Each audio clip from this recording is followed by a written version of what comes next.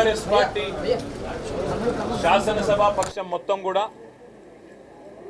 రాష్ట్రంలోని రైతన్నలలో ఒక భరోసా నింపడానికి రాష్ట్రంలో ప్రస్తుతం వ్యవసాయదారులందరూ కూడా ఒకవైపు రుణమాఫీ కాక మరొక వైపు రైతు బంధు రాక ఇంకోవైపు అస్తవ్యస్తమైన కరెంటు సరఫరాతో ఆగమై బోరింగ్లు ఎండిపోయి బోర్వెల్లు ఎండిపోయి ఇవాళ రాష్ట్ర వ్యాప్తంగా ప్రాజెక్టులను కనీసం నిర్వహించే సత్తా లేని గోదావరి కృష్ణా జలాలను సద్వినియోగం చేసుకునే సత్తా లేని సమర్థత లేని కాంగ్రెస్ ప్రభుత్వం యొక్క నిర్లక్ష్యం వల్ల రాష్ట్ర వ్యాప్తంగా లక్షలాది ఎకరాల్లో పంటలు ఏవైతే ఎండిపోతా ఉన్నాయో ఆ రైతులకు సంఘీభావంగా వారి యొక్క అవస్థను వారి యొక్క పరిస్థితిని ప్రభుత్వ దృష్టికి దున్నపోతూ వ్యవహారం చేస్తున్న ఈ ముఖ్యమంత్రి దృష్టికి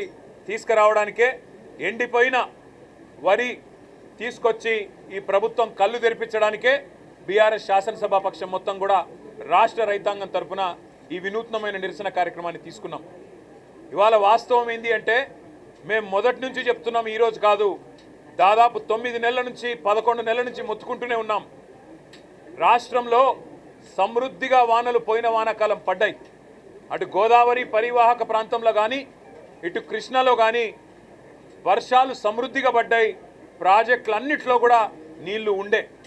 కానీ లేనిదల్లా ఏంటంటే అంగట్లో అన్నీ ఉన్న అల్లుడి నోట్లో శని అన్నట్టు రాష్ట్రాన్ని నడుపుతున్న ముఖ్యమంత్రికి ప్రభుత్వానికి సోయి లేదు, రైతుల మీద ప్రేమ లేదు, పట్టింపు లేకపోవడం వల్ల ఈరోజు వ్యవసాయదారులు రాష్ట్రంలో పూర్తి స్థాయిలో సంక్షోభంలోకి పోయే పరిస్థితి వచ్చింది. 480 మంది పైచిల్కు రైతులు ఈ రాష్ట్రంలో ఇప్పటికే ఆత్మహత్యలు చేసుకున్నారు. కాంగ్రెస్ ప్రభుత్వం వచ్చిన తర్వాత కేసీఆర్ గారి మీద కోపంతో గుడ్డి ద్వేషంతో మేడిగడ్డను ఇవాళ రిపేరు 2-3 నెలల్లో పూర్తి చేసి ఒక్క పైసా కూడా ప్రజల మీద భారం పడకుండా ఆ కాంట్రాక్టు సంస్థ ముందుకొచ్చినా కేవలం కేసీఆర్ గారి మీద కోపంతో మేడిగడ్డను ఎండబెట్టి అక్కడ ఇసుక వ్యాపారం చేస్తున్నది, ఒక బ్రోకర్ పని చేస్తున్నది రేవంత్ రెడ్డి ప్రభుత్వం. ఒకవైపు ఇసుక దోడుకుంటూ కాంగ్రెస్ నాయకుల జేబులు నింపుతూ మరొక వైపు లక్షలాది ఎకరాల్లో ఇవాళ ఒక గోదావరి పరివాహక ప్రాంతం మొత్తంలో పంటలు ఎండుతున్నా చేష్టలుడిగి చూస్తున్నది కాంగ్రెస్ ప్రభుత్వం. ఇంకోవైపు కృష్ణా జలాలలో పోయిన సంవత్సరం శ్రీశైలం కావచ్చు, సాగర్ కావచ్చు, పైన జూరాల కావచ్చు, అన్ని ప్రాజెక్టులు కూడా బ్రహ్మాండంగా వర్షాలతో సమృద్ధిగా నీళ్లుంటే ఆ నీళ్లను వాడుకునే తెలివి కూడా లేదు కాంగ్రెస్ ప్రభుత్వానికి. పోయిన సంవత్సరం ఆనాడు కేసీఆర్ గారి ప్రభుత్వంలో 36% పైగా కృష్ణా జలాలు వాడుకొని చెరువులు నింపి భూగర్భ జలాలు ఇంకిపోకుండా చూసి మొత్తం మహబూబ్ నగర్లో కానీ నల్లగొండలో కానీ కింద ఖమ్మం దాకా మరి కృష్ణా పరివాహక ప్రాంతంలో సమృద్ధిగా పంటలు పండించి టైలెండ్ గ్రామాలకు కూడా టైలెండ్ పంటలకు కూడా నీళ్ళిచ్చిన ఘనత కేసీఆర్ గారి ప్రభుత్వానిదైతే ఈ సంవత్సరం కిందికి నీళ్ళు ఇడిచిపెట్టి చంద్రబాబు గారి మీద ప్రేమతోనో భయంతోనో మరి కిందికి నీళ్లు వదిలి ఇవాళ తెలంగాణ పంటలను ఎండబెట్టింది రేవంత్ రెడ్డి ప్రభుత్వం.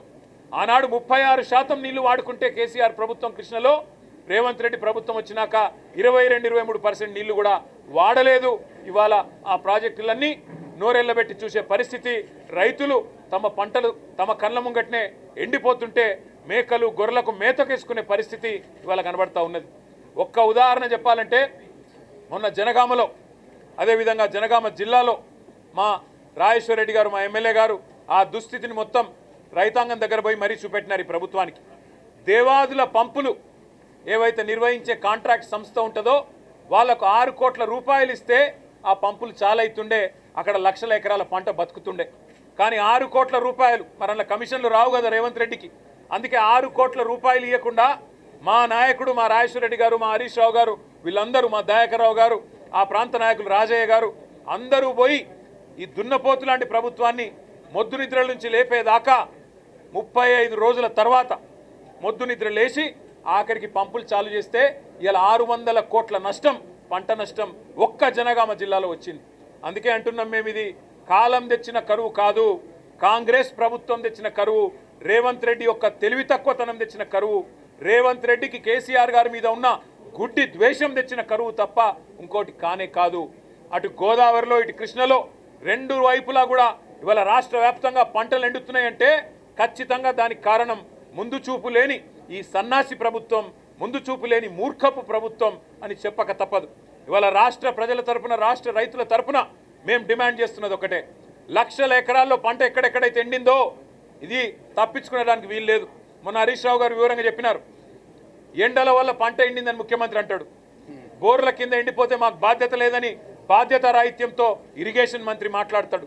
మేము రాష్ట్ర ప్రజల తరపున, రాష్ట్ర రైతుల తరపున ముఖ్యమంత్రిని, ప్రభుత్వాన్ని ఒకటే అడుగుతా ఉన్నాం, ఇవాళ పంటలు ఎండినాయంటే దానికి మీ చేతగాంతనం కారణం, గోదావరిలో నీళ్లుండి కృష్ణల నీళ్లుండి వాడుకోలేని తెలివి తక్కువతనం కారణం, చెరువులు నింపలేని తెలివి తక్కువతనం, పంప్ హౌజులు టైంకి స్టార్ట్ చేయలేని తెలివి తక్కువతనం, బరాజ్ ఏమన్నా చిన్న ప్రాబ్లం ఉంటే రిపేర్ చేసి నీళ్లు తీసుకోవాలనే సోయిలేనితనంతోనే ఈ ప్రభుత్వానికి ఇవాళ బాధ్యత మరిచింది. అందుకే మేము రాష్ట్ర ప్రజల తరపున అడుగుతా ఉన్నాం, ఎక్కడెక్కడైతే పంట ఎండిపోయిందో ఎకరానికి 25,000 రూపాయల చొప్పున వెంటనే ఈ బడ్జెట్లో డబ్బులు కేటాయించి నష్టపరిహారం రాష్ట్ర ప్రభుత్వమే చెల్లించాలి. రాష్ట్రంలో లక్షలాది ఎకరాల్లో పంట ఏదైతే ఎండుతుందో దానికి ఖచ్చితంగా ఈ ప్రభుత్వం రైతులకు క్షమాపణ చెప్పాలి. ఇలా భూగర్భ జలాలు అడుగంటున్నాయంటే ఖచ్చితంగా దానికి కారణం ఈ ప్రభుత్వమే. చెరువులు నింపకపోవడం, ఇష్టం వచ్చినట్టు చెక్ డ్యాములు నింపకపోవడం, ఇష్టం వచ్చినట్టు ఇసుక తోడుకోవడానికి, కేవలం ఇసుకతో దోపిడీ కాంగ్రెస్ నాయకుల జేబులు నింపడానికి మీరు చేసిన నిర్వాహకం అనే కారణం ఇవాళ గుర్తుపెట్టుకోవాలని కోరుతూ, రాష్ట్ర రైతాంగానికి కేసీఆర్ గారు ఉన్నారు, బీఆర్ఎస్ ఉన్నది, మేము భరోసాను ఇస్తూనే ఉంటాం, మీ తరఫున కొట్లాడుతూనే ఉంటాం. ఎక్కడెక్కడైతే పంటలు ఎండుతున్నాయో ఆయా ప్రాంతాల్లో పర్యటించి రైతుల్లో మనోధైర్యాన్ని నింపడానికి మేము ప్రయత్నం చేస్తూనే ఉంటామని చెప్పి కూడా తెలియజేస్తూ, రాష్ట్ర ప్రభుత్వం వెంటనే ఎకరానికి 25,000 రూపాయల నష్టపరిహారం ప్రకటించాలి, ప్రాయశ్చిత్తం చేసుకోవాలి, క్షమాపణ చెప్పాలని చెప్పి కూడా రాష్ట్ర రైతాంగానికి మేము డిమాండ్ చేస్తాం.